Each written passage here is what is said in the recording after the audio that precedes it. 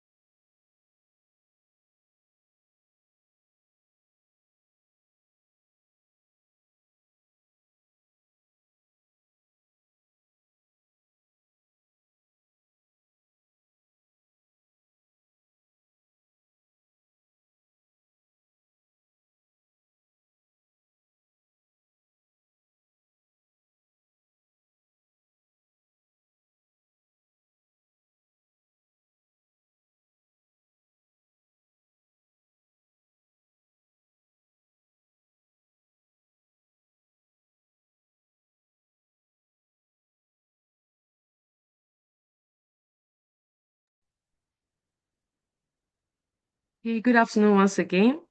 I think we have a good number of persons here. Others will join in as we start the session. So, welcome to our July seminar. And it's today we're talking about saving and investing for every stage of life. And today we have an amazing person here with us. Um, hmm, Chisom will be talking to us today about our finances. I know that we are all ready and eager to take notes for today. So I want to introduce Chisom. She's an AI and automation sales engineer based in Calgary, in Canada. And she's a founder of a financial education platform that empowers people, families, and small businesses. And she also mentors and coaches emerging professionals, focusing on women in STEM. So she's really very experienced, and today she's here to deliver practical strategies that we can use to build wealth. And I hope that by the end of today's seminar, we would live here with a different perspective about our finances. So thank you very much for being here today, Chisom. I want to give the floor to you. Thank you very much. Feel free to share your screen now. Yes. Go ahead and share my screen. But in the process of sharing my screen, I just want to first start by appreciating, Judith and the team. It's a privilege to really be on the call today and wanting to share all I have learned in the past few years, especially around finances. I would go ahead and share my screen. If anyone, just give me a thumbs up when you can see my screen. This is desktop two. I share desktop one. Or what can you see? I hope you're not seeing my speaker notes. Yes, I see your notes. I see Look at my notes. your slides and your notes. Awesome. Let me share that again. No, I'll just crash this. Oh, pages closed. Dot.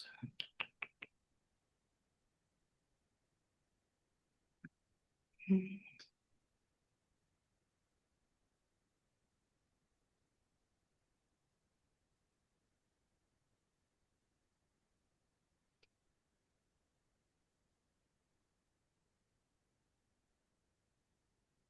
One second here. I just mistakenly closed the tab that had my presentation. Okay. All right. Let me share that again. Guess I'll just do the regular slideshow.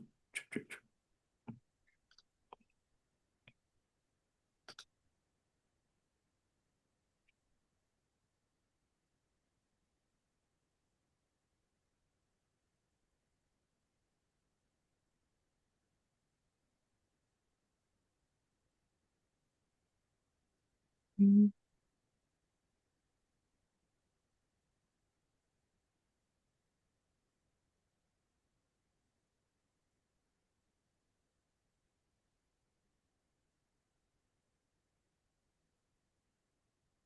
All right. Okay, let's begin. So thank you once again. Judy touched a bit on the title of today's presentation, right? As much as it's going to be a presentation, I don't want it to seem like I'm talking to like a group of people and there is no feedback. I would really love for us to be open and for the presentation to be very conversational. So if there are questions, I left a bit of time at the end for questions. But if there are questions along the way that come into your mind, please feel free to interrupt me. It's a ground where we've come to learn together, including myself, because these are things that I have picked up on across the years, and I'm coming to share with women like myself as well. All right, so a bit of background again about myself. I did go into the financial aspect of things. I mean, my 9 to 5 is in tech. I work as a sales engineer. But over the years, I realized that a lot of things around my finances, one, I had no knowledge about.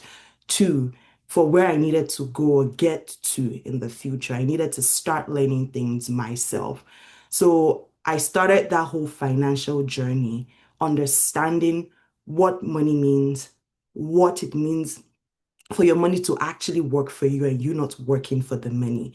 And I thought to also get licensed as a financial advisor here in Canada. So this is me. Welcome. Welcome to the presentation today. And I said, please come off mute, share, ask questions, and let's keep things conversational. So I made a little agenda to kind of guide the flow of the presentation today. Sorry to interrupt you. Your slides are not visible yet. Oh, you Um, know, oh, yes, that's, yes. I'm sharing my screen. Am I sharing the wrong screen? Oh, my bad. I didn't actually click share. Sorry about that. You should be able to see them now. Yes, yes, yes. I'm so Yes. sorry. I know so I'm not able to see the chat. So if Uh, anyone dropped, if you can help me, yes, I'll read uh, them out for you. Yeah, I'll do that. okay, just help me be the moderator. I appreciate that. I'll collapse this now. Awesome. So I did make a small agenda for us to kind of guide the flow of our presentation today. So we're going to have an icebreaker activity. And this is just to help me gain an understanding of what your thought process is when it comes to money, how you're thinking, how you're managing your finances, and what little steps or maybe heavy steps you're also taking to get to some of your financial goals as well. And then we'll understand together, reiterate again what the money mindset is. And then we'll also go further some subtopics. So we're going to be looking at some smart moves that you can take at each stage in life, wherever stage you are at currently. You would also learn some saving, investing, and budgeting essentials as well. And as well as some smart plannings that you can start to incorporate even at any stage of your life with very specific to time horizons as well. and then some financial mistakes to avoid. Because if obviously you're working the steps, there are pitfalls that you have to be careful of not to fall into. And then we'll also review some takeaways and action items that I would really love for the team, especially individually, to do and just start to accelerate your financial journey as well. All right. So the first thing I have for us is an icebreaker activity. And the first thing I want you to do, if you can scan the QR code on the screen, it will take you to the presentation for where we would have the breakout activity, and then we can start. It's just a list of questions. I just kind of want to gain an understanding of what people are feeling, where your mindset is at, so I can also tailor the conversation to that as well. Okay, I'm just going to pivot slides here a bit. 1 second. Move this away. Let me know when people, just a couple thumbs up would be fine. Or if you can also put um maybe something in the chat saying, yes, I'm ready for this. Let's go. I mean, it's morning where I am. It's just 7 a.m. So my brain is just waking up. But good afternoon to those who are already late in the day. So, but this would kind of wake me up better. So let us get excited for the questions I actually prepped for us as well. Okay, Judith is in. If I can get a couple yes as well. Oh, thank you, Jennifer.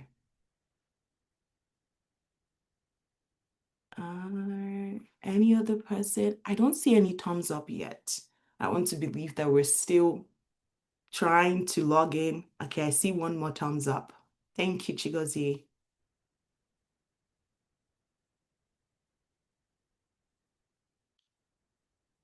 More thumbs up. I'll give it 2 more minutes. Okay, I see a couple more thumbs up.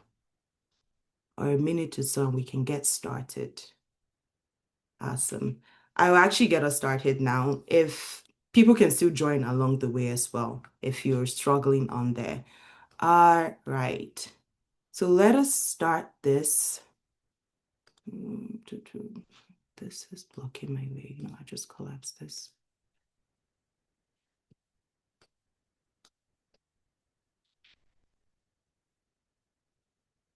Okay. So you should see the first question on your mobile phone or whatever device that you're using to join the breakout activity, the icebreaker activity. So typically what I'm trying to gain here is for this first one, I mean, it's quite obvious, but I want to see what people are thinking. Do you just invest into what you don't understand because maybe one, you see it on TikTok and you feel like it's trending, or everyone is doing it? So FOMO, in order not to miss out, you just want to also do it. So let us see. Let us see.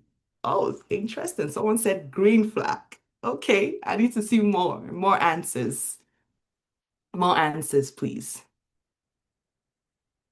It doesn't tell me who is putting the answers, so it's fine.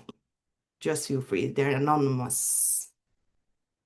I'll give it about 1 more minute and I'll close the poll.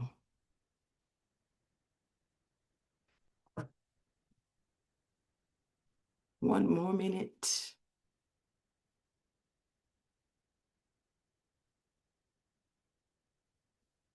We only have 3 people answering. Come on, guys. I'm sorry, I We're think back. most persons join on their phones. So I'm trying to drop the link on the chat so they can click on the Okay. link because they Mm. can't scan the QR code. Ah, I see. Let me Yeah. drop the link. Actually, give me 1 sec.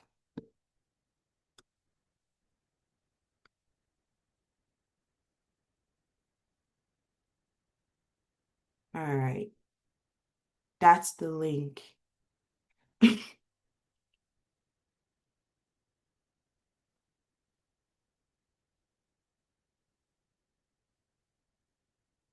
Did someone change their answer?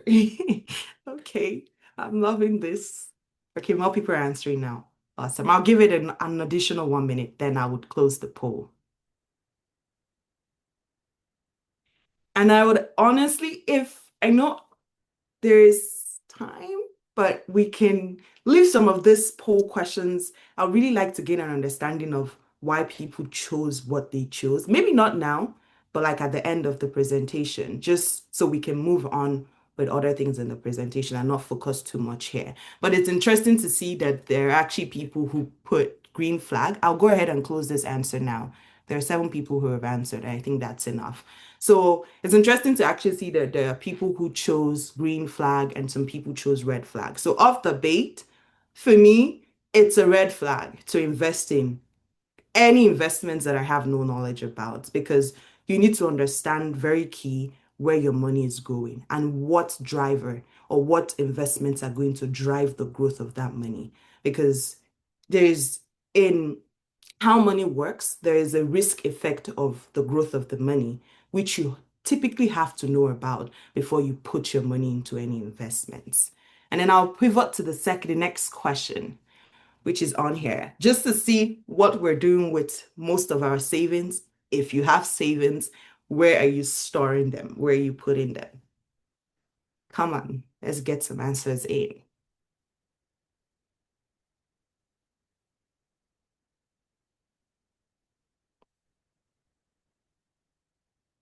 Just one? 6 people? Let's go. I'm not sure why it's saying 10 people have answered, but I only see 3, 2. Okay, investment, bank account. All right, I'm happy with this answer, at least to an extent. Okay, I'll go ahead and close this poll now. And then let's move it to the next question. You budget, but only in your head. Let's see. What are people feeling like here? Straight off the bait, red flag. Green flag. I feel like people are just having fun with these questions too.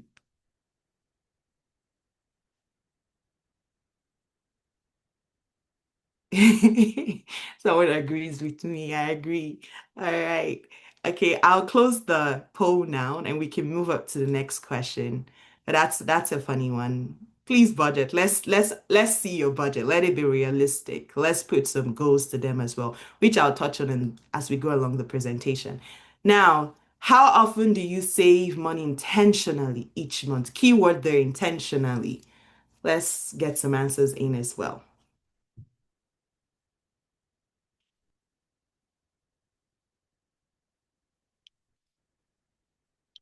Guys, I see 11 people sign in, but I only get 7 answers. Let's get some more answers in, please. Let's be engaging. I mean, I don't have a prize, but technically there's a prize. So let's get some answers in. Awesome. I love the engagement for this one. Great, guys. Thank you. So it's more. I love the fact that more people are leaning in every paycheck versus only when they have extras. But we'll touch a bit on this as well as we go further in the presentation. Now let's move on to I forgot to close that one. Let's move on to the next question.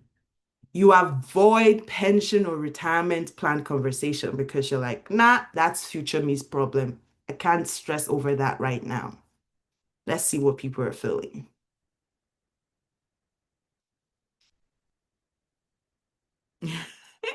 Someone is shook. Okay. Loving the answers. It's great to see that people really want comfortable and, sipping margaritas type of retirement. It's nice. All right. I'm going to go ahead and close this now. And then we'll move on to the next question. You own a home. So I'm not sure in what part of the world, you guys, but if you own a home, but you have no emergency fund, you own a home, but you have no emergency fund. I see I forgot to delete some of those options. Please just lean on towards the green flag and red flag options. Sorry about that. Red flag. Yes. Why someone sad or crying? All right. I've got 8 answers. I'll close this poll now. Let us move a bit quicker. And then, which of these do you struggle with the most when budgeting? You don't have a budget, unexpected cost, sticking to the budget, or even tracking your expenses.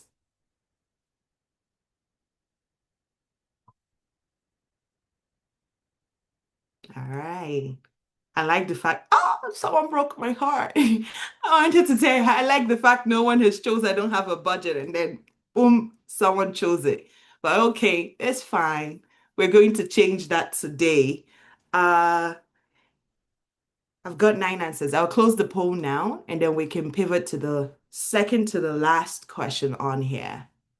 What is your biggest expense every month after maybe you pay rent, if you pay rent on a monthly basis, or if you put mortgage as well on a monthly basis? Groceries, definitely. We have to eat. We have to eat. Miscellaneous, same. Debt repayment, obviously. That be taking a chunk of our money too. All right. I've got 9. I'll close this poll.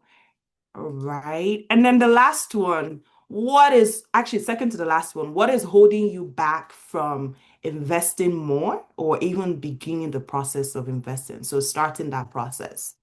Do you already invest or insufficient funds, fear of losing your money? That's an actual fear, and lack of knowledge.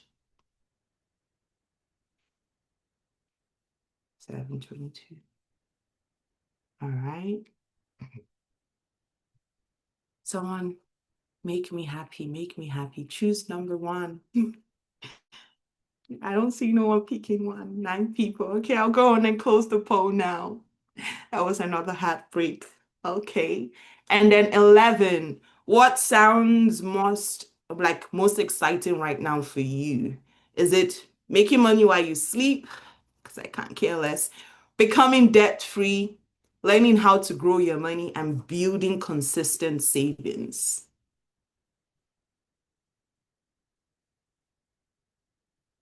Awesome. 8 people. Okay. I love that no one is picking debt free. It means we are on track with our finances. That's good. All right. I'll go ahead and close this poll now. Thank you, guys. Thank you, everyone that participated. I would pivot back. We'll kind of leave the conversations. I really want to get what people were feeling after this. So it's not like I'm the only one talking. I kind of leave it maybe in between as I present so we can manage time well, because I've got a chunk of stuff on here. So the first thing I want to start from is please come off mute. Let me hear some beautiful voices this morning. It would also help wake me up. Forgot to remove the mute on there. So who can tell me who the I guess, handsome man on the screen is? Anyone? I mean, the name is there. It's a reveal, but if you know something about Robert Kiyosaki, if anyone can come off mute and tell me. I've read his book, Rich Dad, Poor Dad. Rich Dad, Poor Dad. Thank you, Jennifer. All right. So we are going to review, and I'll tell you why so over the few months, I've read Rich Dad Poor Dad before, but I thought to read it again just to prep for this presentation. Um, and it shifted my mindset at the first time we were ready, but hearing some of the quotes from the book reminded me on why I even started this financial journey. So the first thing we see on here that Robert is saying is, and it's very interesting because you would think because Robert's dad was well-to-do, he was educated, he had everything going for himself.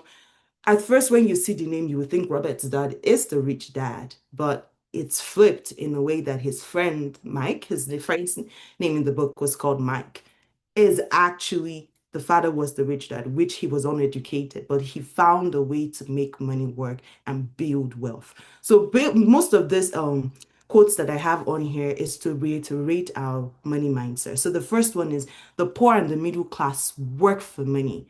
The rich have money work for them. So like you saw on some of the poll questions, What sounds more exciting to you this time? Do you want to sleep and your money is still entering into your account in a way that you set up systems that you don't have to be physically there, or you don't have to give your time there for money to still come in or income to still come into your account? The second one I thought to include on the slide was, it's not how much you make, it's how much you keep, guys.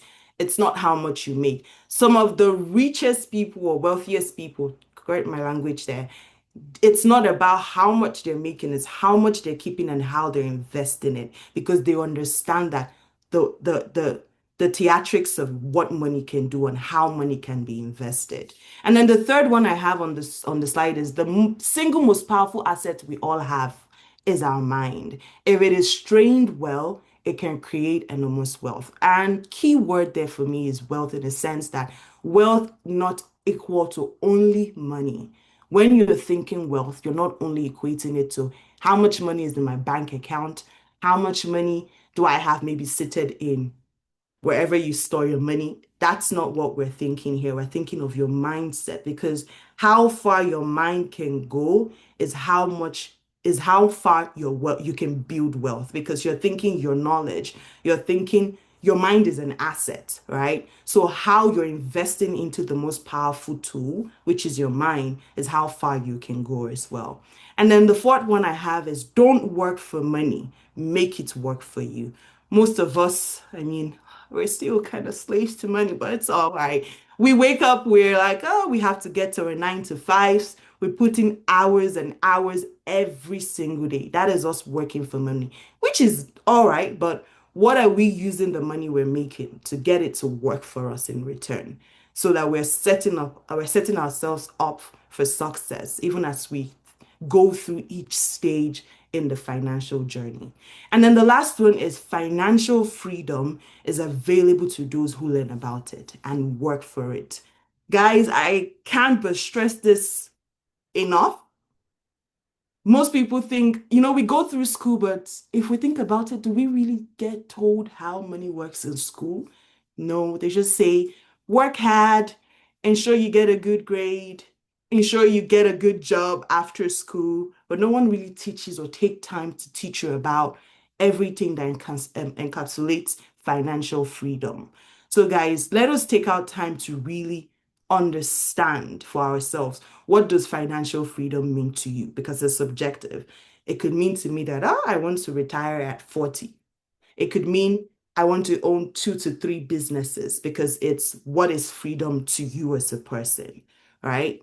And then moving on to that, I think I got a question in the chat, if I'm right. Oh, chat about that. Someone was just commenting. Oh, sorry about that.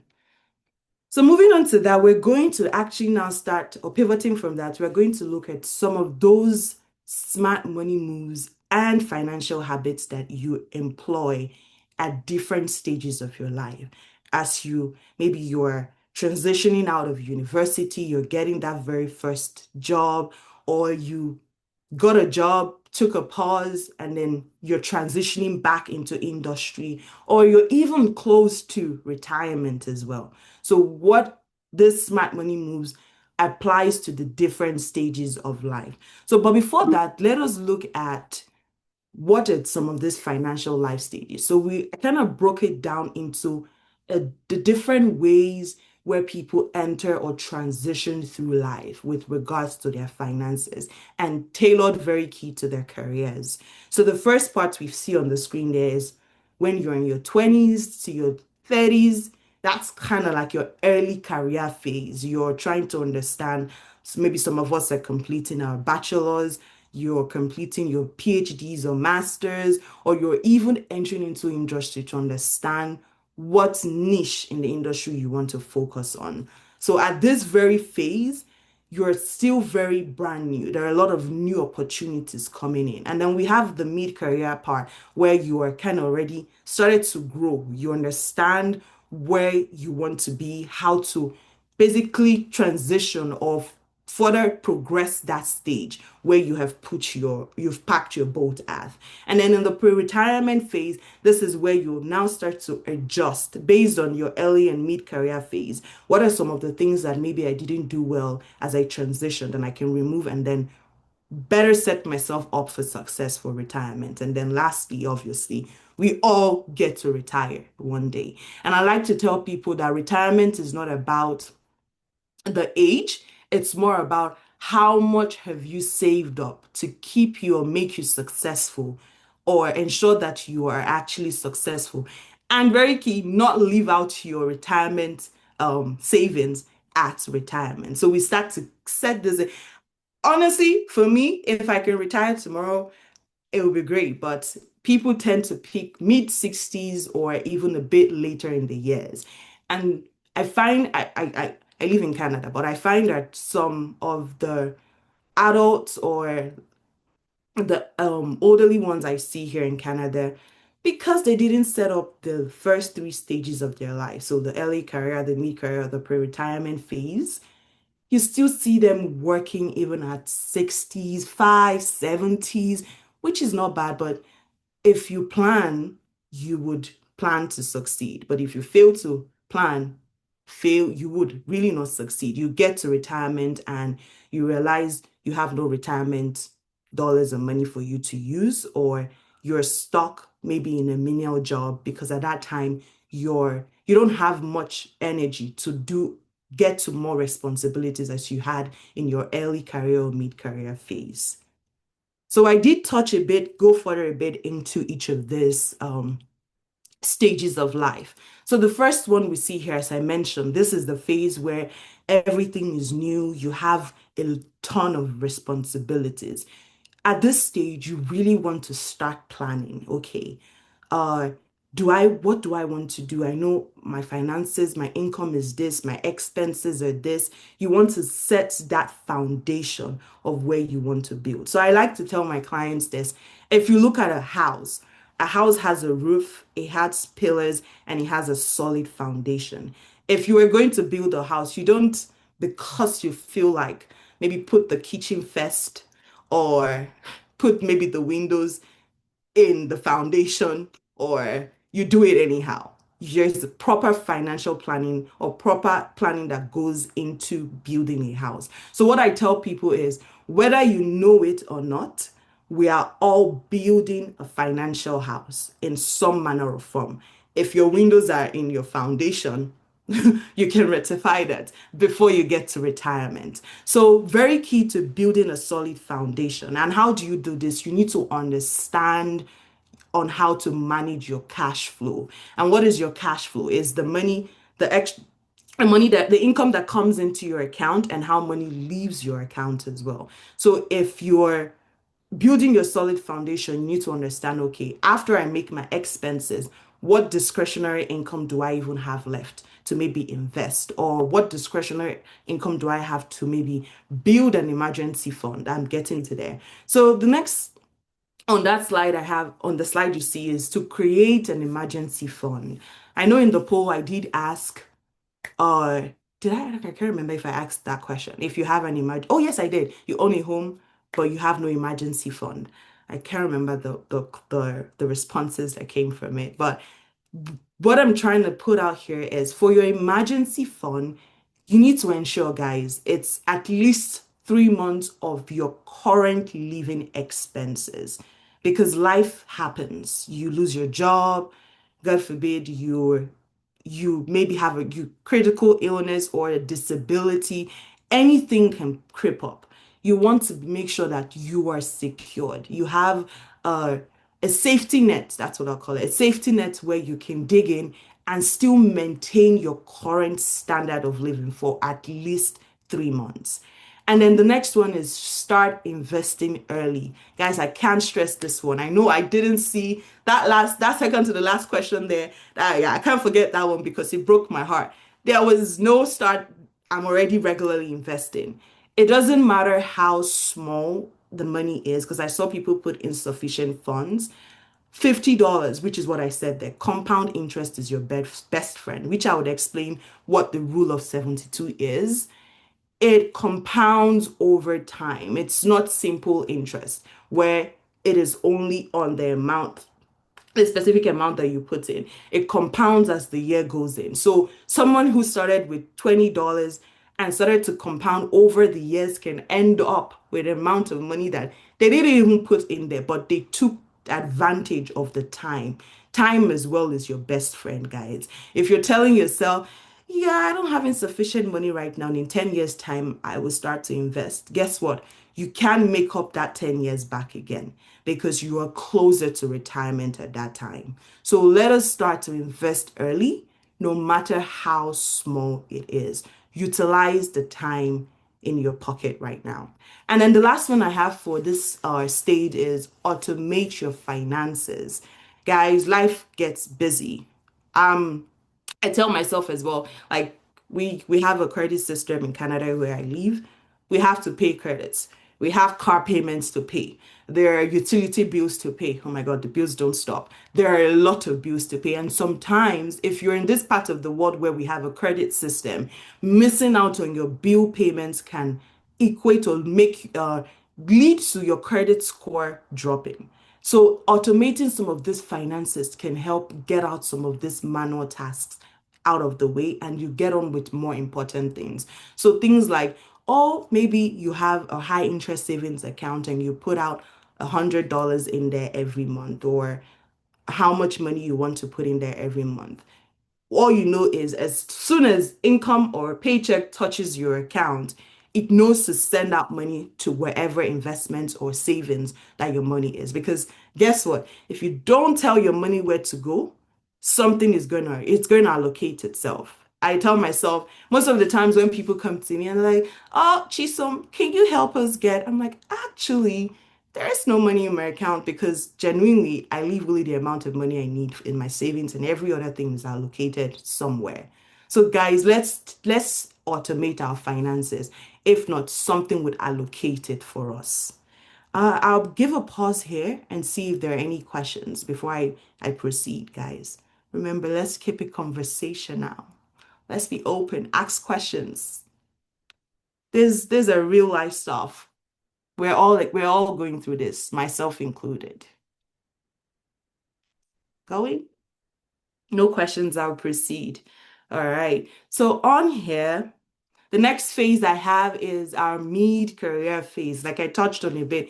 This is your 30s, your 40s, and this is your growing era, your growth phase. So there's some of the remember the first stage where you planned, maybe you get to this phase and you realize, no, I don't think that works for me right now. My responsibilities have changed.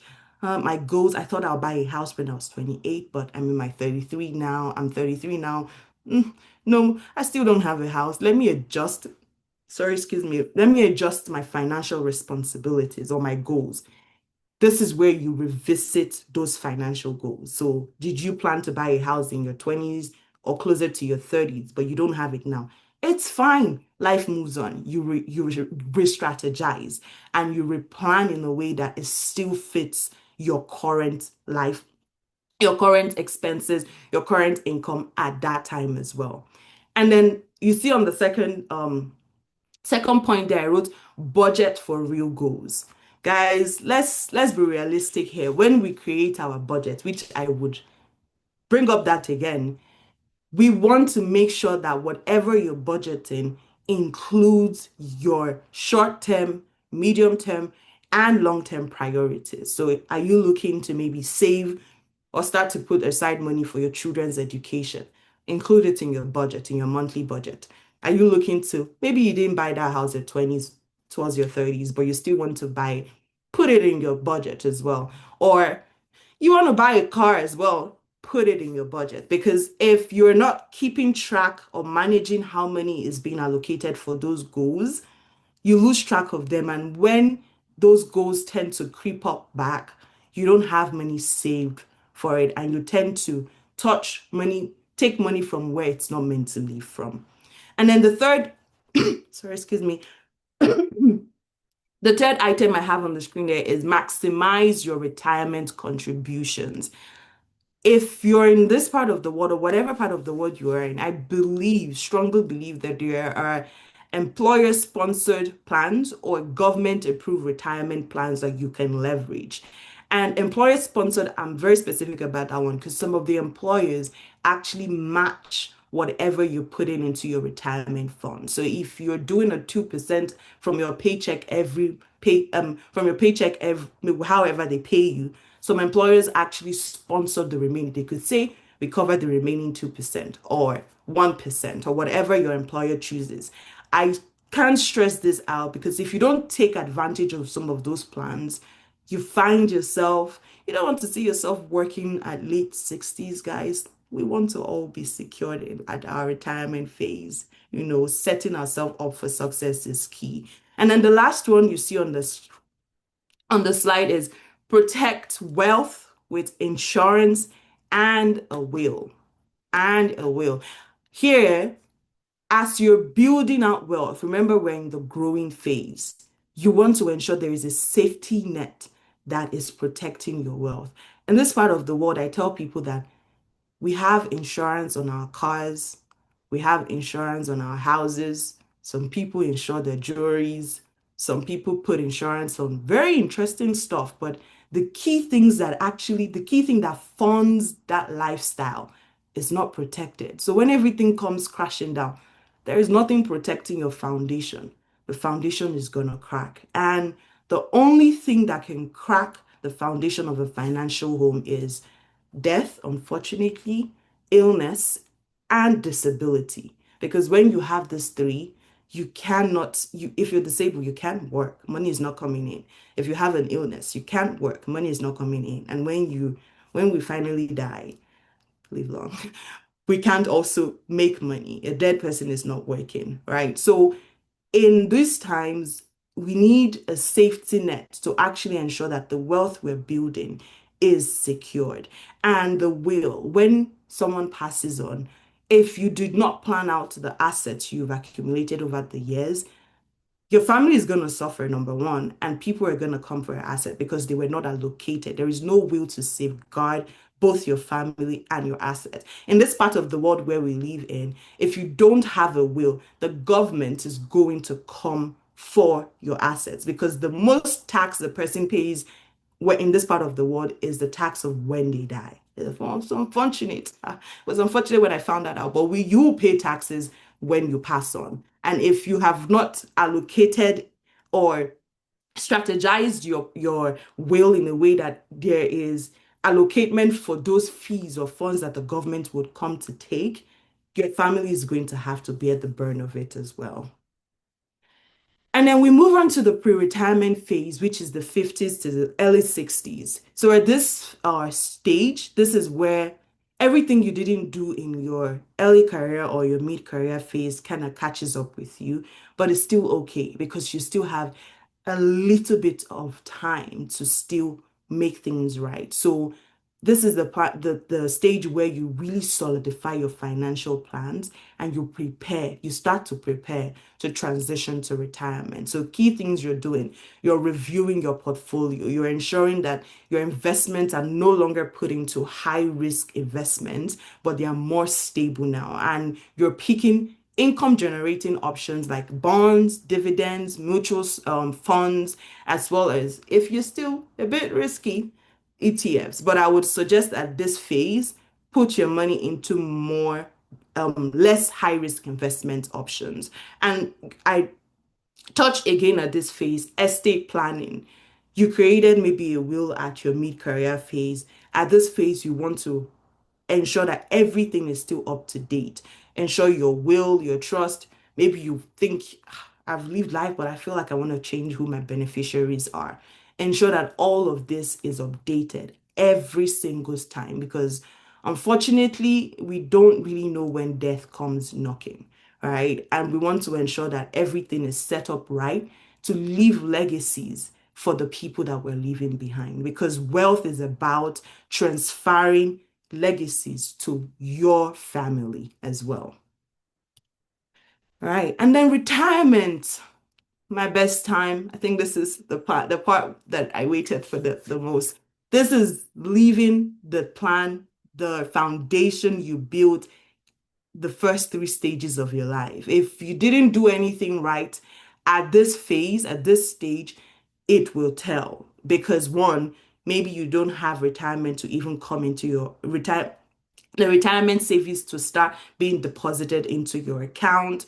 You're still trying to maybe work because, yeah, you didn't set yourself up for success. So, key things I would say in this phase is at retirement, one, you have to have a withdrawal strategy.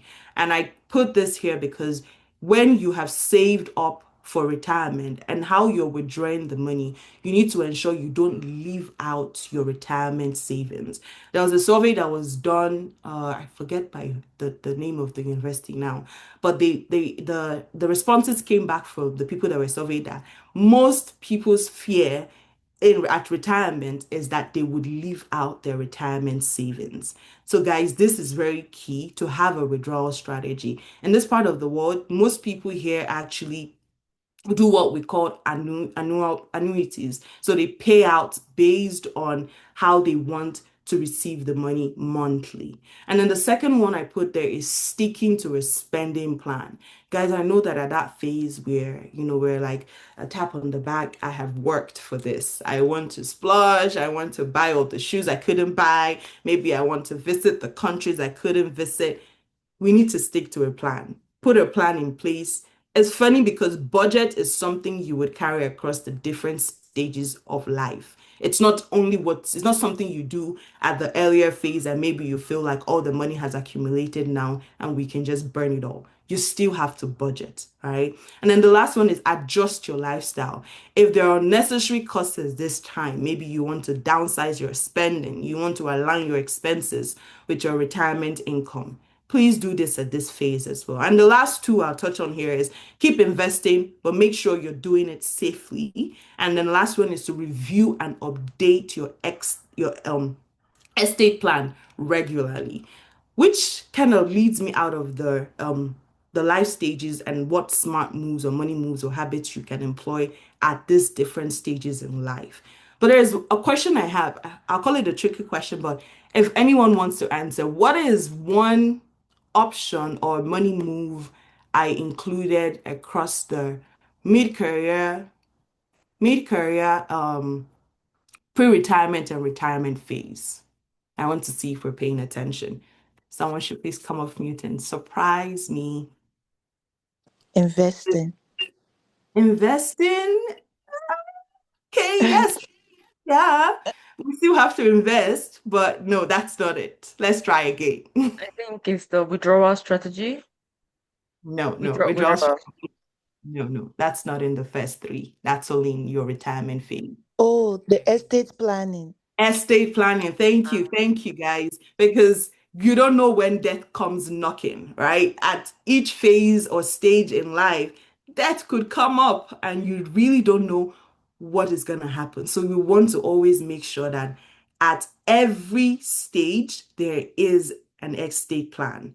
There is a will. There is something that tells people, God forbid you pass on, your loved ones know, okay, they left this amount of money to put here or pay off this debt. Things are allocated right. You just don't leave and then people are having to take on the burden of how maybe your finances were as well. Thank you for who I didn't know who answered that, but thank you guys. Thank you. So we will pivot here. Before I introduce the next subtopic on here, the question I have asked myself is, why do I look at my bank account sometimes and I'm thinking, where did all my money go? I would think that I made so much money, but I don't see no money in my account. Guess what, guys? The thing that I've come to realize is because we're not keeping track of our expenses, we're not budgeting. Money just touches our account, money leaves. We don't even know where the money goes to. We're just living from paycheck to paycheck, but we want to break that cycle. And in order to break that cycle, we're going to be looking at some saving, budgeting, and investing essentials that I have prepared for us today. Now, before we even go into this, we hear these buzzwords every day. Some people think, oh yeah, savings, cool, fine, budgeting, I do that, investing. I think I do that as well. But what are these words? So the first thing is these three, saving, budgeting, and investing, are all different forms that we would actually have to employ to ensure that our finances are basically healthy. So I tell people that when we're ill, we go to a doctor to check our health. But who actually looks at the health of our finances? Guys, you have to do it. You have to do it, or you have to get an advisor, a financial advisor, to help you keep track of it. But it starts from you first. So savings, number one, is money that you put aside in a separate account where you typically don't touch it, and is set aside for your short-term and long-term goals. Budgeting as well. Like I said, it's a realistic plan. Guys, let's not budget in our heads. Let's make it realistic. It tells us how money leaves and enters our account. So if money is coming in, money is going out, you know where that money is going to. I had spoken to a friend 2 weeks ago. I was like, how much do you spend on gas approximately every month? They're like, no, I don't know. I just take my car to the gas station when I need to fuel it. And I'm like, you don't know how much you spend on gas. You need a budget. We need to create realistic budget, guys. Like I said, if you don't allocate your money, something would help you spend it as well. And then the last one is investing, is putting your money is allowing your money to work for you. So you're putting your money into things like stocks, mutual funds, and bonds, and you're letting it to build over time. So you're taking advantage of time in building the wealth. So now let's understand some of the tools that we can actually use to do or build some of this. Savings, one, I did put that you want to ensure that you're putting your money in a separate account to avoid mixing it with everyday spending. Because if you can't tell your money for your short-term or long-term goals separate from your everyday expenses, you're going to eat into your savings as well. So guys, let's separate these two as well. I'll touch again on building a safety net. Ensure that you have an emergency fund that you can fall back to when life creeps up. And then the last one is you ensure that your savings are goal based. And what do I mean by this? I want to buy a house. In this side of the world, okay, for example, I have a first home savings account for maybe I want to buy my first home. I have a savings for that. Or I need to buy a car in the next 3 years. I create a savings account and I start to put money aside for my savings. Don't just take money and say, I just put aside and you don't know what it's for. Let us create a plan, put your goals in there, and put accounts that meet those financial goals as well. And then budgeting on the other end. I would really want to stress this out here because budgeting has really, really, really helped me as an individual. I didn't think when I saw people manage spreadsheets, I'm just like, "Eeks, no, that's a lot of stress. That's a lot of numbers." For someone who loved numbers, I did think that was a lot of numbers still. But guys, I don't know that I actually brought one to the meeting, but I can always share with Judith later on. Um, I would love if you don't have a budget tracker or an expense tracker, you can create one. There are free templates on Google Sheets or Excel, or I can also share one after the call or offline later with Judith and she can share with you guys. But I would love you to employ some budget strategies. The common one we find that people employ is the 50-30-20% rule or the 60-30-10% rule, however you want to do it. But for me, 50% of my needs, I tend to put my expenses, my money there. 30% you want to put for one. So things like maybe travel, whatever you feel like are wants for you, or and then 20% you want to always ensure that you have a percentage going to savings and your investing portion of things. And what I want to also touch on here is when you get your paycheck, I want us to start to imbibe a pay yourself strategy where I ask my clients, do we pay our light bills? They say yes. Do you pay your car bills or your car payment bills? They say yes. We pay all the bills and all the finances or the institutions that we help or we make this bill payments to. They are actually building wealth, unfortunately, because they're taking money. money. But the most important person that we're meant to pay is ourselves, and we don't pay ourselves. So when you get your paycheck, I tend to tell people, pay yourself first, and whatever is left, you can use it to map it out for needs, wants, or whatever else you want to do. That way you are basically certain that money has been put aside for the future as well. And track your spending weekly, bi-weekly, or monthly, whichever preference you desire. But just ensure that you're tracking your expenses, because then that way expenses that are not even meant to happen, you can actually miss them, or you can not make them and redirect those money, redirect the money to your savings as well. So please track your expenses.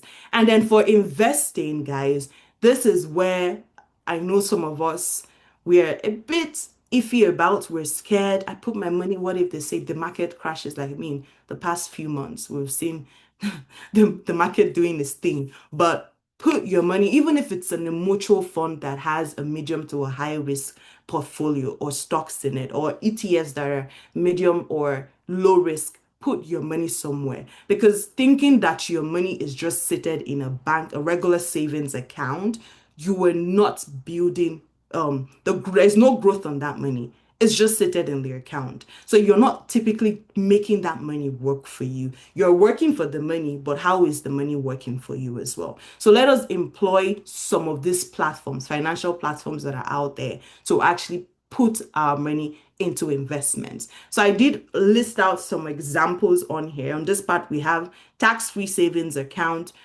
I would believe on the other parts of the world as well, there are accounts like this that you can utilize. There are high interest savings accounts. There are regular savings account that you can also use to build your emergency fund, but you get back higher interest rates.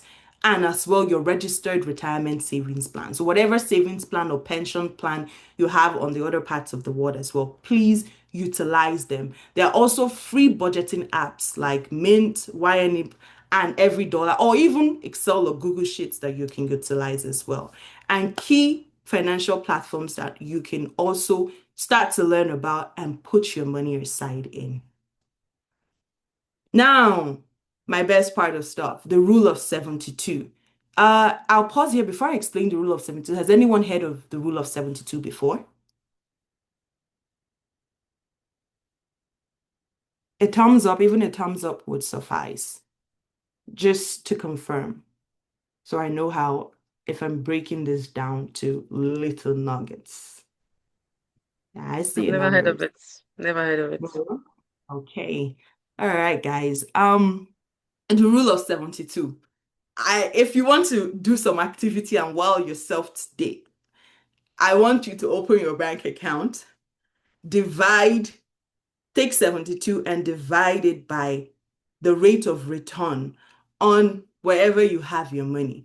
It will tell you the number of years it would take for the money in that account to double.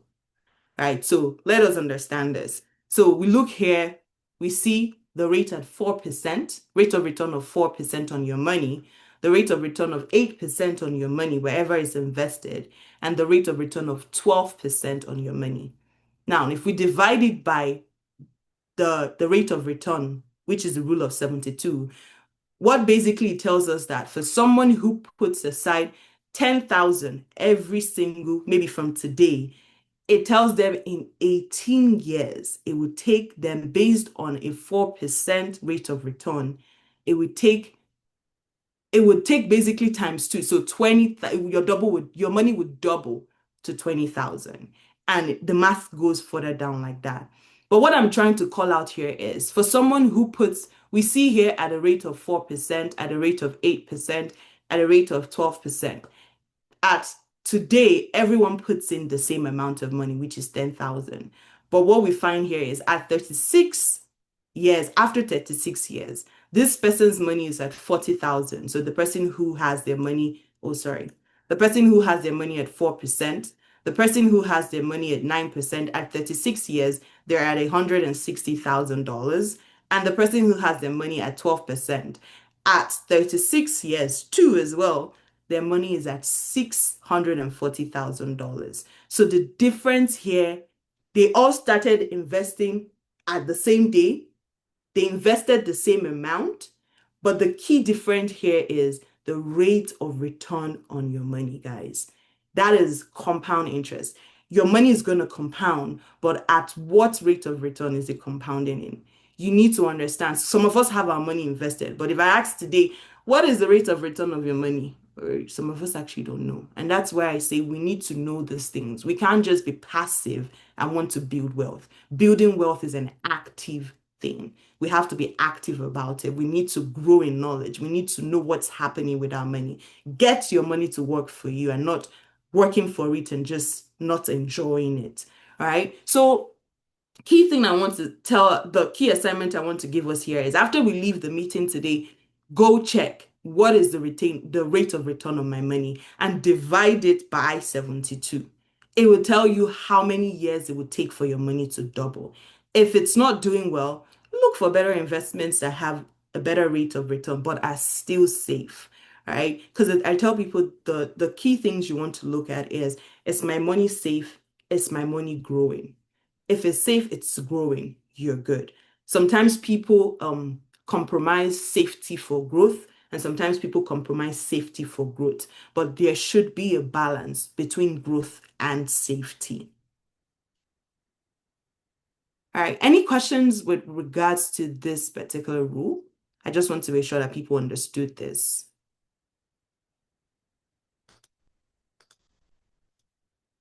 Any questions? All right, moving on, guys. Time. Okay. So I'll touch a bit here on the categories of financial institutions across the world. One, we have the deposit-taking institutions, we have the insurance companies, and we have the investment companies. And what are your deposit and taking institutions? These are your regular bank accounts. So where your money sits, they could pay interest if maybe there is growth in the money. And sometimes the growth in the money could be, or the rate of return in the money could be peanuts, could be 0.01%, guys.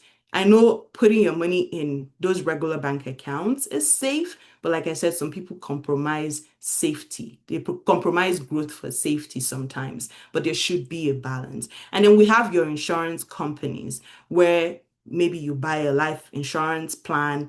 Sometimes a life insurance plan has a living benefit and a death benefit to it, where you could also leverage some of this wealth living benefit options while you're alive. So it doesn't act like a traditional life insurance policy.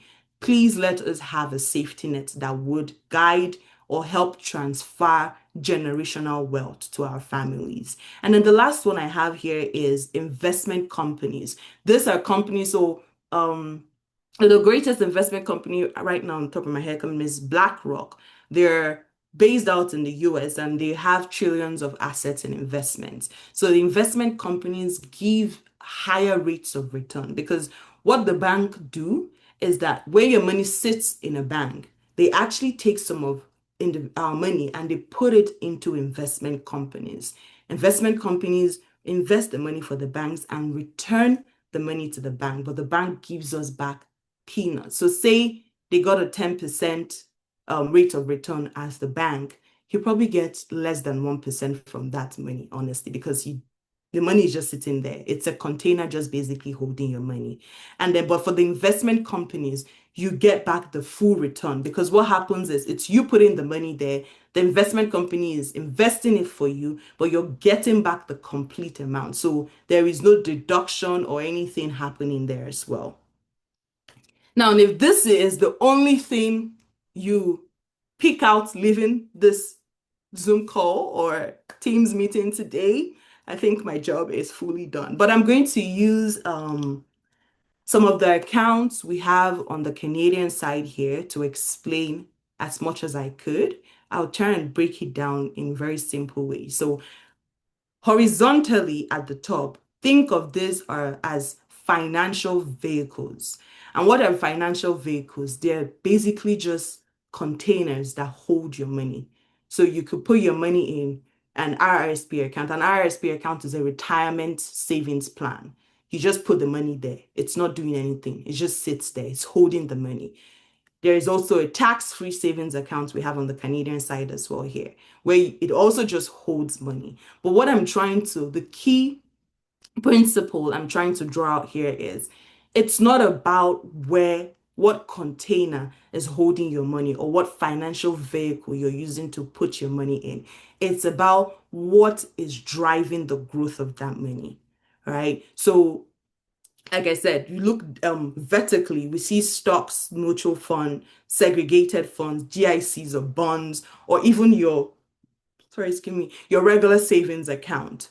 Now, when we're driving on the road, everyone is in a vehicle, but then we tend to see that there are some people with faster speed, there are people driving slow.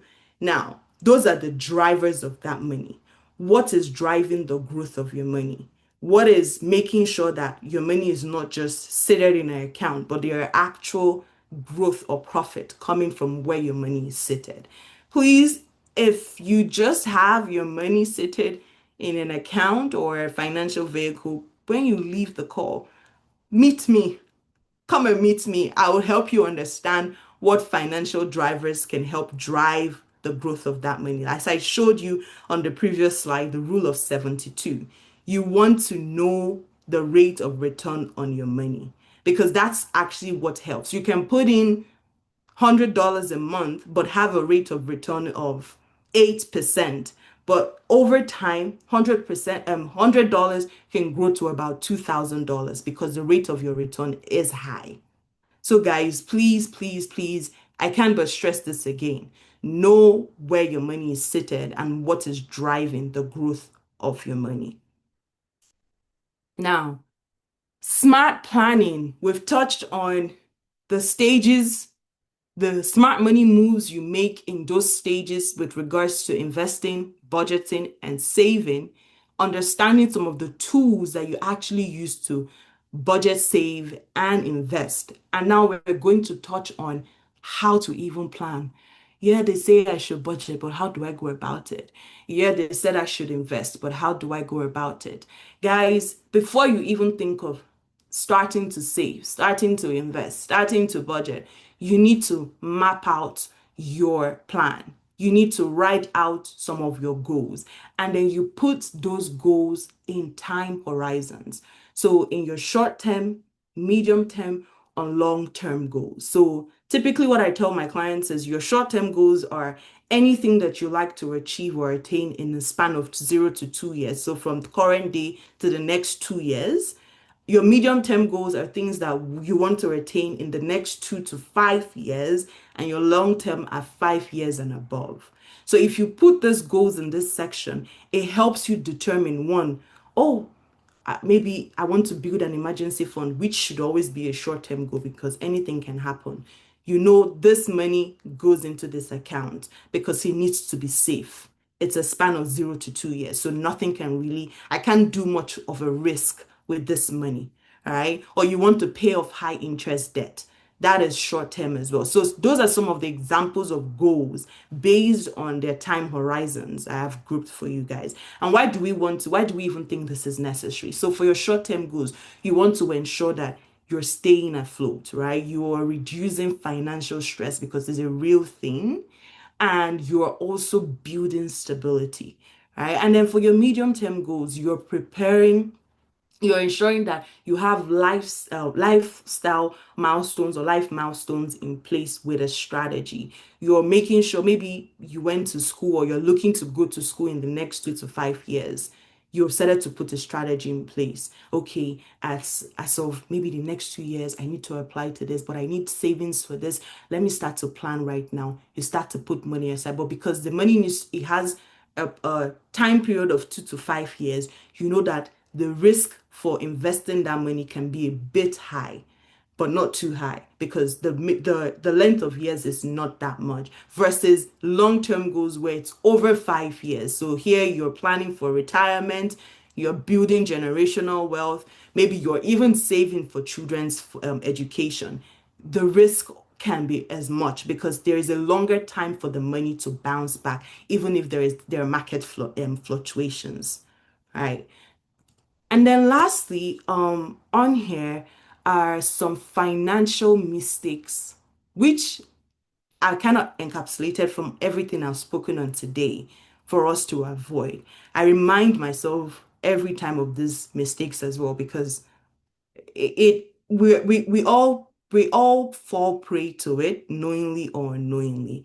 One is delaying saving and investing. Like I put up the poll today and I saw that no one actually chose I invest regularly. So it's telling me that yeah, people are waiting till they have the right amount of money or the right time to invest or save.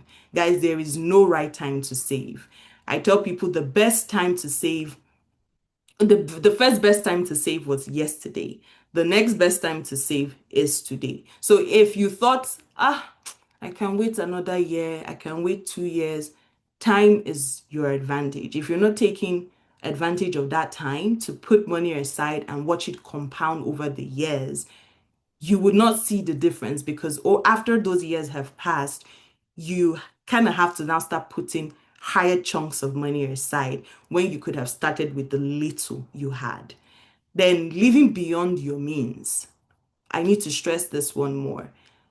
Guys, don't try to keep up with. There's, a lot of buzz, a lot of trends. Oh, spend here. Oh, no, I just want to go to Dubai on this. If your income, I need you to when you're planning, you need to be true to yourself. Your expenses can never be more than your income. If you're looking at your income and you are doing more expenses every month, there is something wrong. It's either you're not planning, it's either you're not keeping track of your expenses, or you're doing all of that, but you're still living above your means. So re-strategize. And then the next I have to say is neglecting your emergency fund. Not having a safety net to fall back on, God forbid something happens. You would suffer from it, unfortunately, or whomsoever your family. If you have family, you would tend not to suffer that much. But guys, let's not put so much financial burden or responsibilities on people when we can do it right and get it right as well. And then investing without a plan, like I showed you on the previous slide, you need to set out your financial goals first before you even start to invest. So that first question when I threw it to you, where I said, putting your money into crypto when you have no understanding of it. Why are you putting your money into crypto? What goals do you want to achieve from there? Have you made a plan on why you want to invest in cryptos? Do you even understand how crypto works? Those are questions you need to ask yourself before you invest. Don't just wake up and say, oh, yeah, people said so and so fund is good. Oh, this fund is performing well. Let me just throw my money in there and see how the thing is working. You don't understand the risk tolerance. You don't know anything. You're just putting money in there. Guys, we need to know how investments work before we put our money there. Ignoring retirement contributions.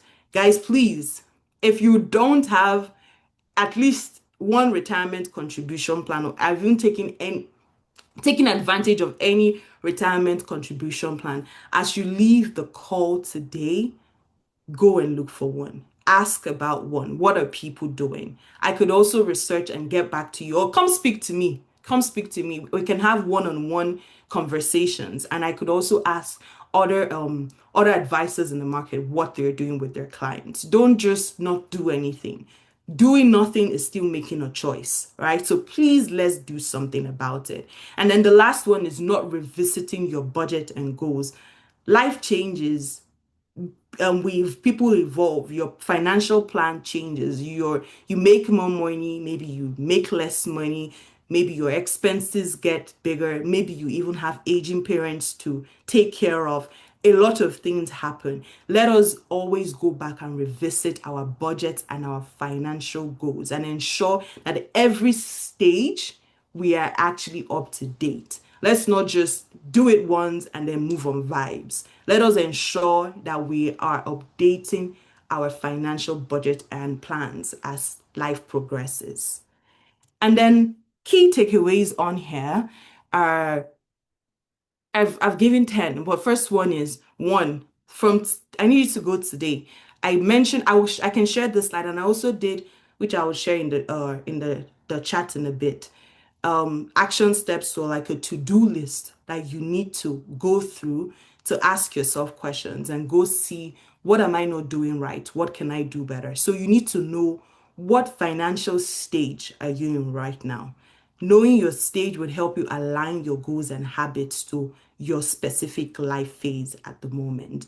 Secondly, budget wisely. You just don't use any type of budget. Ensure that your budget is realistic and is matching your financial goals as well. Three, like I said in the beginning, pay yourself first. Pay yourself, imbibe that paying yourself mentality, because you're going to have to pay other bills, but pay yourself first. You need to be able to put aside money for savings and investments. And then the second one is, like I said, the fourth one, sorry, the rate of return on your money, which is the rule of 72. Go figure out how long it takes your money to double and what the rate of return on your money is. Five, I'll pivot back to number four, actually. Something just popped in my head. When I used to save money, I'll say 2 to 3 years ago, I'll be like, yeah, someone could walk up to me and be like, yeah, Chisom, do you have savings? Oh, yeah, I have savings. Why, you don't know I have savings? But what I thought savings was, guys, was not what savings was really, till I started investing and I saw double digit return on my money. Then I knew that all I had, the knowledge I had initially was great, but it was not fantastic. It was not mind blowing. It was not a wow moment for me till I actually started putting my money in investment and seeing the rate of return on that money. Number five is to set clear goals. Please, if you don't have a financial plan, come and meet me. I can help you draft out a financial plan and put it into short, medium, and long term. So that way you can actually start building out, or you can start your financial journey, because you can't start that journey if you don't have a plan. All right. Number six, build emergency funds. I've touched on this before, but I love to stress on it again because it's a safety net. Seven, invest by stage. You need to know, what stage am I in before you even start to invest. Don't be in the retirement and be thinking, oh, you can still do high risk investment plans. You're setting yourself up for failure, because you are at that phase where, yeah, you need money right now and you don't have that much energy to work as you had in your earlier stage. So know what stage you are before you even start to invest. Review often, review often. Check your budget, check your goals, check your estate plans, make sure everything is up to date. And nine, avoid mistakes. Guys, why I say avoid mistakes is there could be gaps in knowledge. There could be gaps in knowledge. So ensure that you are always staying up to date. Reading books, watching podcasts, or I say watching, listening to podcasts, watching YouTube videos, just enrich your mind. Because like I said, how far you can think is how far you can go. And also how far the wealth you envision you can build.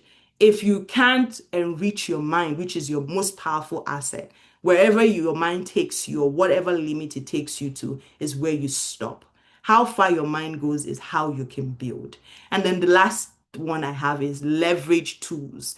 Technology has made life easy. I work in technology. Oh, God, thank you for AI. AI has made work easy as well, guys. So use the free apps that you can leverage to ensure that your plans are up to date. You have a budget, you are tracking your expenses, you're making sure that if money leaves your account, you know where money is going to. You're not just living a lackadaisical lifestyle, you are living an active lifestyle, because we're on a journey to a secure financial retirement. You want to enjoy a comfortable retirement. All right, so I'm going to drop, I think I did have it in notes. Give me a second. Let me just pull it from my notes. Oh, yeah. I'm going to drop a link to a to-do list that can help you actually get started on all of this that I touched on today. Give me 1 second. Let me know if you can access it.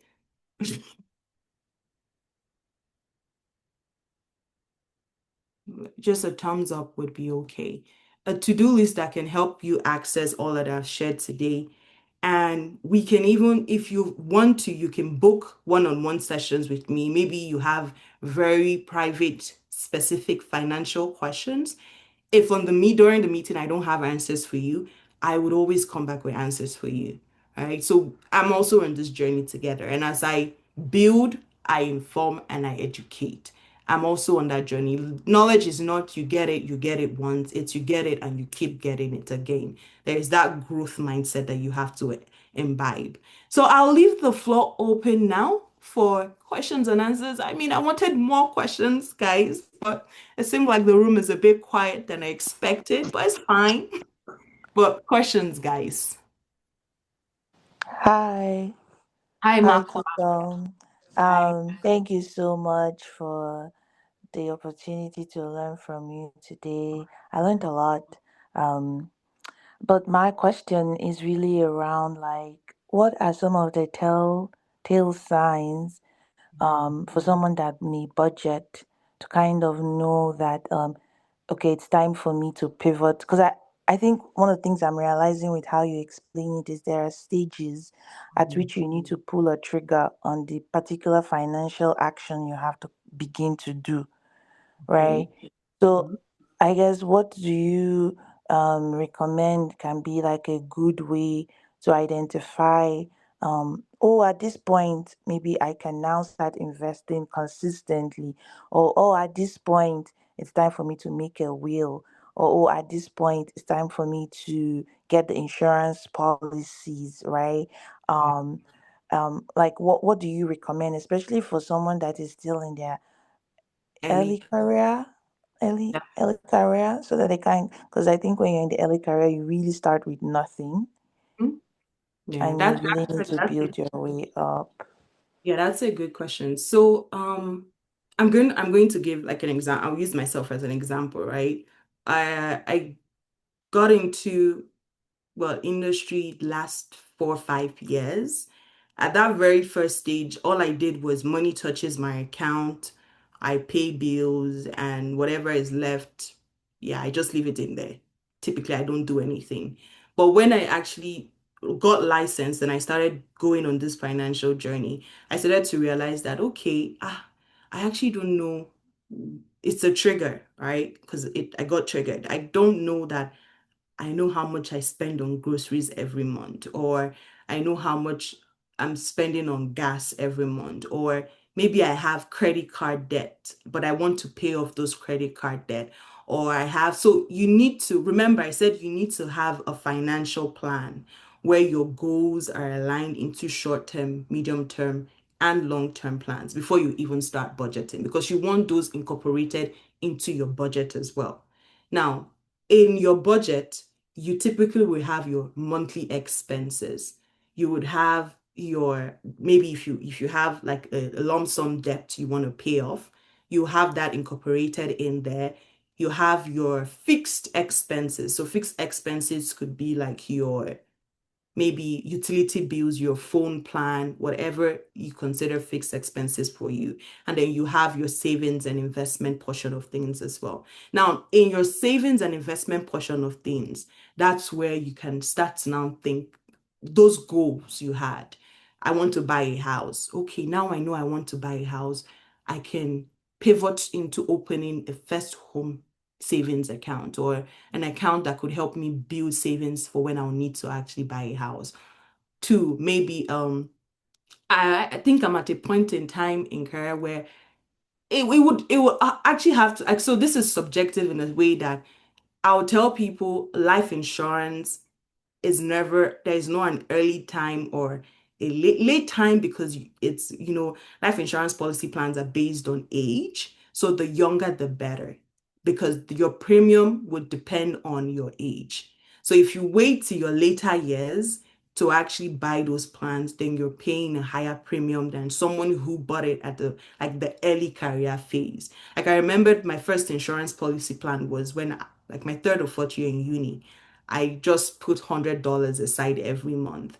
And then later on, after I graduated, I realized, okay, I have more money now to actually increase the floor plan of that life insurance plan. So maybe when you were in school, you thought to be insured, your insurance cost was $200,000. After school, you're thinking, I have greater responsibilities now. God forbid something happens. There are more responsibilities that I need to secure. So you can increase the floor plan of your insurance policy. So you can go up to maybe $500,000, or you could go up to $1 million sometimes. I find most clients do it. So you really need to gauge at what stage of life, if you need to first find what stage you're in. Am I in my earlier career? Have I transitioned from that early to mid career, or am I prepping to enter retirement? What are my goals? Have I checked on some of these goals? If there's goals in there that you feel like they're no longer realistic to that stage of life you're in and you can do away with them, it's okay to re-strategize. It's okay to revisit and put them back in places where you feel like it would just make financial stress easy and you can stay afloat, right? So that's kind of what I would say. Put put checkers as you budget to kind of make sure that you are also hitting some of those goals in your plan. Yeah. Yeah. Okay. Does that help? Thank you. Yeah, it really did. I think it put into perspective the importance of goal setting. Yeah, very Um, key. as we go, and then putting them in a bucket even further, like you're highlighting, Yeah, with the short, long term. I have to, when I meet with clients, the first thing we do is what we call a financial need analysis. So we're doing, okay, your income, how much do you make a year or a month? We're looking at your expenses, you're looking at your discretionary income. Now, based off of that analysis, it gives us enough data to inform and now build out a financial plan for them. Right. So we're now able to tell them, yeah, they're able to tell us, oh, maybe in the next 2 years, Chisom, I want to buy a house. Okay, let us put this in your short-term goals. We put it in your long-term goals. We put it in your medium-term goals. Now you have a discretionary income of maybe $2,000 after all your expenses, taxes, everything is being taken away. You have 2,000 left. How can we now break this 2,000 into your goals? So we ensure that you're hitting, sorry, excuse me, we're hitting your goals as well. Yeah. Thank you for asking that question. Any other question, guys? I know we are a bit time Hi. spent. Uh, Thank you so much, Chisom, for the presentation. It was really eye-opening. Though I have a little bit of idea of some of the things you talked about because I also stay in Canada. Oh, But good. I can't see who yeah, is speaking. Who Esther. is- okay, yeah, it's Esther. So Yes. my question is, I know some of us are late bloomers. Let me just put it that way. So it's very difficult for us to categorize ourselves and say, are we in the early career? Are we in the mid career stage? I know. So are we gonna be placing ourselves in those boxes based on our age or based on our circumstances, like how it is, right? Because I know I just got to know some of these things while I moved here in Canada. And I started out, yes, but I'm still trying to fit myself into a box and say, okay, should I say I'm in the early career right now, or should I say I'm in the mid career? So am I gonna be doing this based on how old I am or based on circumstances that is surrounding me? That's my question. No, that's a great question, Esther, and I love that you asked that question because it's both. You can't say you want to box yourself just because you are in your late 40s. You only do things that late 40s will do, right? So if you see there, I expanded on, though you are in your late 40s, you could also maybe have left a job, stopped working for a while, but you're transitioning back into industry, right? Or you're starting career or circumstances, life is happening based on what is going on at your life in that time, not just on your specific age, right? You're taking into factor your age because if you're going to go buy a life insurance plan in your mid-career phase, your age comes into play versus someone who bought it in their 20s to 30s. So you would pay more premium because you're at a higher risk than someone who is in their 20s to 30s. So you're factoring in both of them versus if you're in your 60s or closer to retirement. If you want to retire at 60, I have to say as well, you also have to consider, do I invest my money in higher risk portfolios or lower risk portfolios? Because I'm approaching the retirement phase. And I get you on a sense that most people are late bloomers, but see what circumstances that surround your life stage in that time and also consider the age. It would help you build out a plan. But we can also, if you want, we can book a one-on-one and we can further this conversation as well. But that was a great question. I would really love that. Thank you so much. You're welcome. Guys, any other questions? And please reach out, follow me. I have I don't know that I have my calendar link, but I'll put it up on my Instagram as well so that you can book one-on-ones as well. And let's have conversations. I'm on the journey and I would love for everyone to be successful. I told myself that we don't want any individual or at least family. So in a family, we want at least one person in that family to be able to be financially sound, to make sound financial decisions. So you need to know these things. You can't just not know. All All right. right. On that I note, then. I have a Oh, question. Thank you very go ahead. much. I was waiting for some persons to go first. I have questions from two persons. I'm just gonna read them to you from my Okay. end. So the first question says, you said we should have 3 to 6 months of living expenses saved up. How do we practically allocate funds between building the emergency fund and investing? There are two parts. There are two parts. Then do we stop saving for emergencies once we reach the target, or do we aim for a year's worth of expenses? Yeah, Yes. that's a good question. I know, sorry for the one. So, sorry, excuse me. You don't actually, so if you watched what I said, you're building your emergency fund is in your short-term goals, and that's only if something happens where income is no longer coming into your account. You're able to still have a safety net to fall back on. And I'm not saying have a target, say maybe put, I need to save, we're just saying the minimum you should have. It's not the maximum. If you have at least maybe your monthly expenses is 10K and you have, I'm just estimating, guys. I don't know that someone will make monthly, but people do have monthly if you're a business.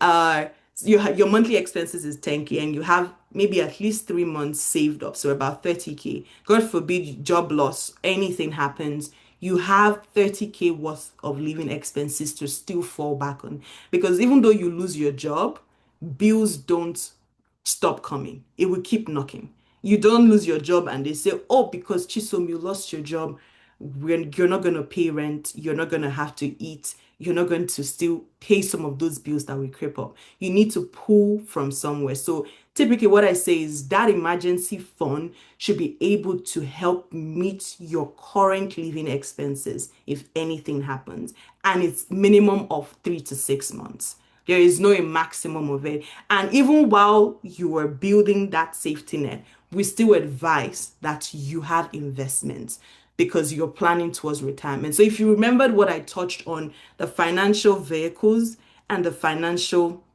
vehicles and the financial drivers. The financial vehicles are where the money sits. So you in your financial vehicles, you have your emergency fund, you could have your retirement savings plan, you can have your what let me see, first home savings account, any other thing. But the drivers in each of those accounts is actually what now drives the growth of the money, and that's where investments come in. Okay. Thank you very much. I do For have that. a second question, but I want to have the Dr. Cosmos. He has his hands raised to Oh, okay. ask his question. Hi, Miss Sir, Cosmos. please.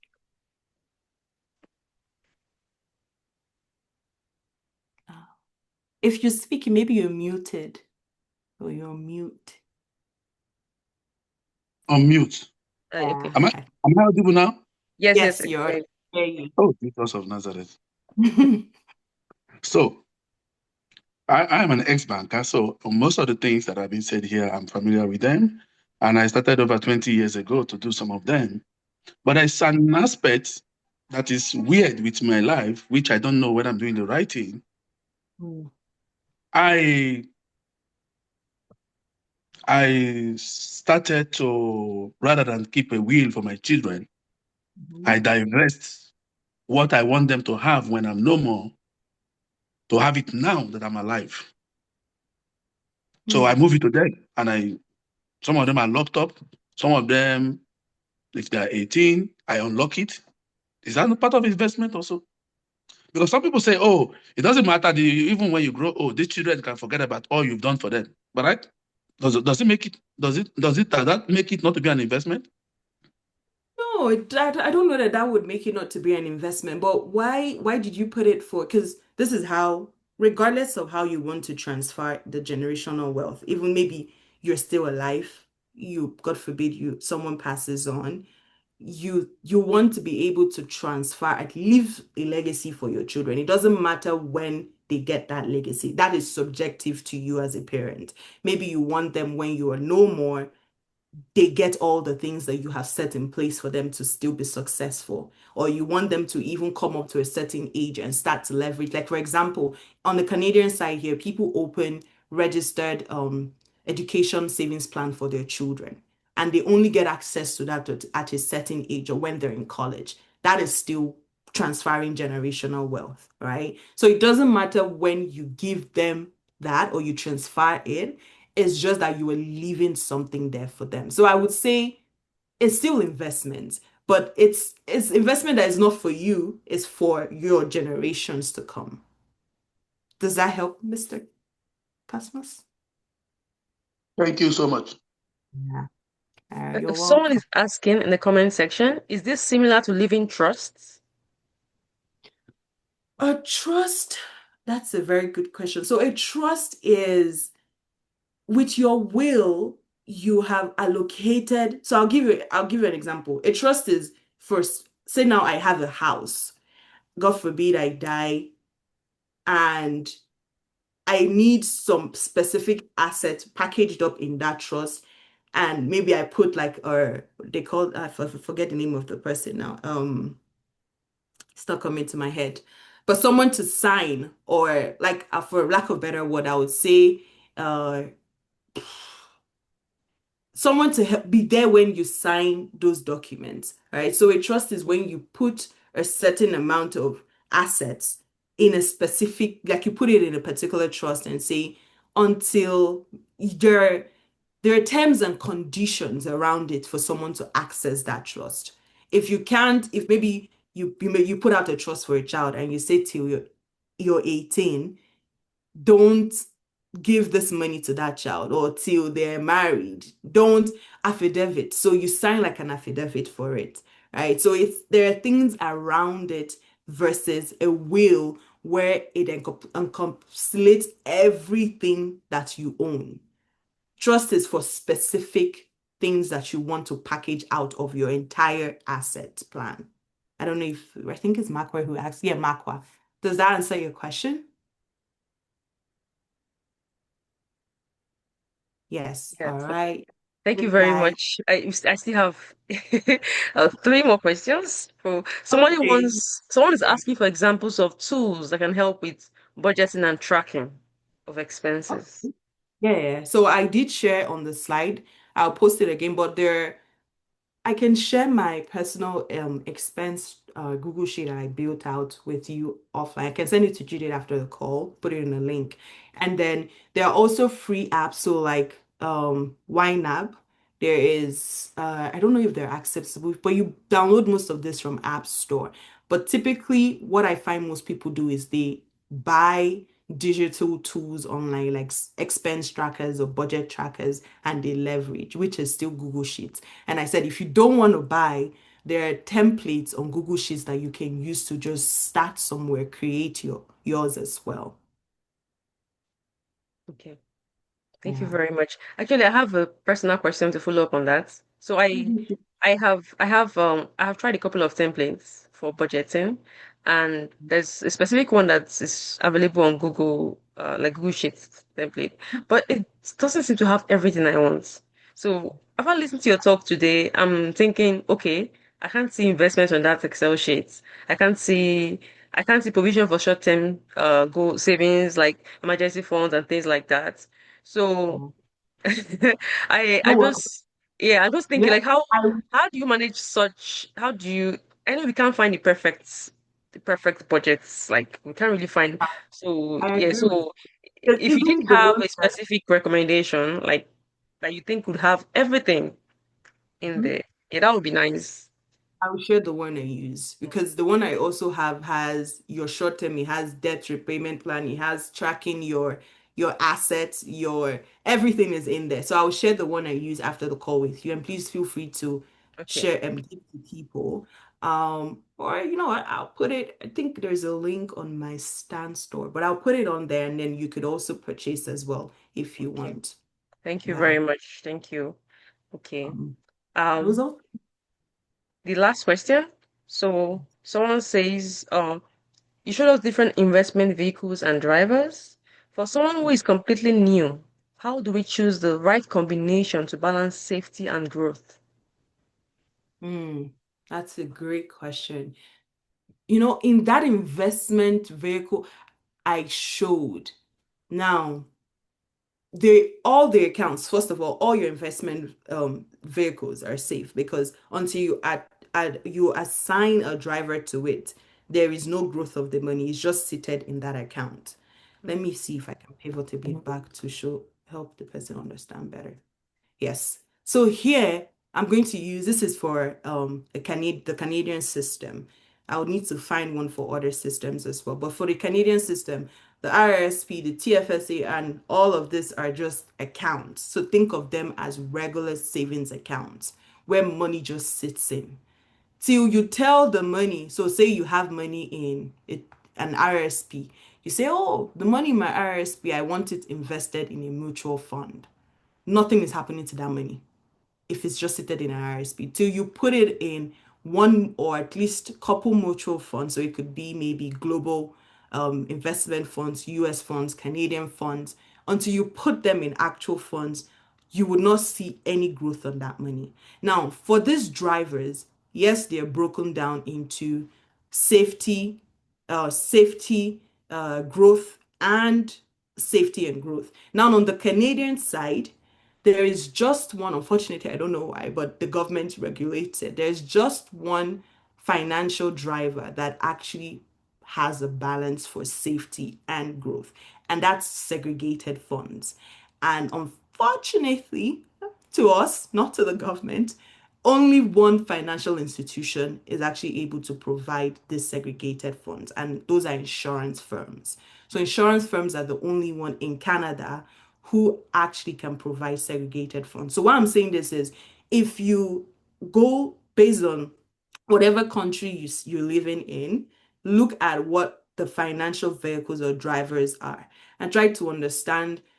If you see, the driver determines the safety and the speed of the vehicle, so the safety and the growth of your money. So if you are looking at putting it in a regular savings account, obviously that's safe. So it's safe. So you're compromising the growth of your money versus you're putting it in stocks. Stocks do more growth than safety. So you could typically compromise on the growth of your money sometimes, on the safety of your money sometimes as well. So you as the investment as the person investing the money, you need to ask yourself, do I want more growth at this time of my life or do I want more safety based on the time horizon as well of the specific goal? So if you want to buy a house, you you put it in this. I'll give an example, perfect example. I want to buy a house. I need to open an account. In Canada, you will open a first home savings account. Now, when you open that first home savings account, in the next 3 years, I want to buy this house. I know not to put it in a stock or I put it in stocks or put it in a mutual fund. I could invest it either in a segregated fund or what we call, it's not on the screen here, what we call a high interest savings account, where there is still significant growth on the money, but it's more secured. All right. So those are things that you can ask yourself, and then it will help determine which investment vehicle you can use and what driver you can use to ensure the growth of your money if you're just starting out. I Okay. think I said a Yeah, lot. thank you very much. Thank you very much. I think you've answered the question. Thank you very much, Chisom, for this session. It's personally been I know some of these things, but it's like a reminder, something that, like you said towards the end of your session, you said something about how you have to keep learning. So sometimes you think you know it all, and then we need things like this to remind us and also give us new information on what we think we know and what we need to know to advance our financial life. So thank you very much for breaking these things down. Like some are really complicated, but we seem like practical and actionable ways to actually achieve our financial independence. So I want to ask us all to give a round of applause, a virtual round of applause, please, to a wonderful speaker for today. Thank you very much for being here. And I would like to, before I want to hand over control to Papa. Is our mentor for the group, so he has a few words to say. But I want to invite also, please fill out this feedback form and send it to the group chat right now. Please let's know what you think about today's seminar. And okay, I would love to just dropped feedback. the link. All right, sir, you have the floor, please. Thank you, Judith. You have always been an amazing seminar and empowerment coordinator for this group. All the events have always been well thought out, and guest speakers are always top notch. So our coach today, Chisom, I want on behalf of this group, the PCDF group, thank you for opening our eyes. You know, when Bible say, "Let there be light," and there was light, some people think it's a NEPA light. When the let there be light and there is light means when somebody's mind is dark and somebody bring an information that opens it up, light have come. And I'm very much convinced that every person that came here today received light, financial wisdom that can reposition us for a lot of things. As an ex-banker myself, some of the things you said here are also new to me for the first time. And that is the spirit of learning every day. I am particularly grateful to you for situating and putting your lessons in context such that we appreciate that we need to look at our local environment to domesticate what we have learned today. Some of our audience in Nigeria, the way you would domesticate it will be different from those of us in the US and those of us in Canada and the rest of them. But in all, we are leaving this meeting more financially wise. And that is thanks to you for honoring our invitation and for being a wonderful speaker. On behalf of the group and on behalf of all my daughters in this group, I want to say thank you, and thank you. You're welcome. You're most Mm. welcome. And I do agree with you in the part where you said, light, right? When light comes, it exposes darkness. Darkness has to leave, right? And it tells you the things that you thought you know, you actually don't know. So light has come today. And guys, please, the financial to-do list I posted in the chart, let us go use it to evaluate our current financial lifestyles right now. All right. All right, thank you very much. Please, we'll have before we end, we'll have a group photograph. So please, if you're comfortable with turning on your cameras, let's get ready to say cheese and take some pictures. I'll be clicking in 2 minutes. So if you want to turn on your Make cameras now, sure I'm the most handsome. I think you should adjust. Let's adjust ourselves. Okay, good. All right, I see some cameras coming on. Okay, I'm taking the first shots. 3, 2, 1, cheese. Okay. Oh, someone else has joined. Okay, just a minute. I'll take another one. Okay, going again. 3, 2, 1, cheese. All right. Okay. Okay, I got that.